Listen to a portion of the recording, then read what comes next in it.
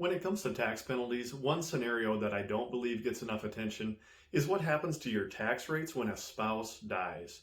Understandably, losing a spouse is not a popular topic of discussion, but the tax implications should not be ignored. Now, most married couples will choose the married filing jointly tax status when filing their federal return. The married filing jointly status effectively doubles the amount of income that you can earn compared to the single status before going into the next tax bracket.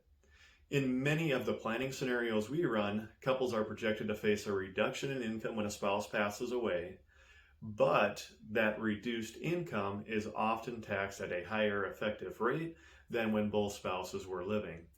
That's often the result of some income being tax deferred or pushed to a future date through things like pre-tax retirement accounts, pensions, capital gains, or other taxable income sources. So not only does the household lose some of the income, but the remaining spouse can lose out again by having to pay a higher effective tax rate. So what are some practical ways of avoiding a higher tax rate as a surviving spouse? Here are a few things to consider. One would be buying a life insurance policy to produce a tax-free sum of money when a spouse passes away.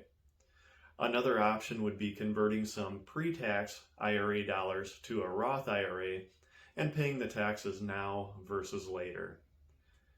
Another option is building multiple buckets of money from taxable to tax deferred to tax free to give you options for where to pull income at a future date. Too often I run into scenarios where most of the savings are in that tax deferred bucket only, which makes managing future tax liability difficult. Start planning today so you can have more options later.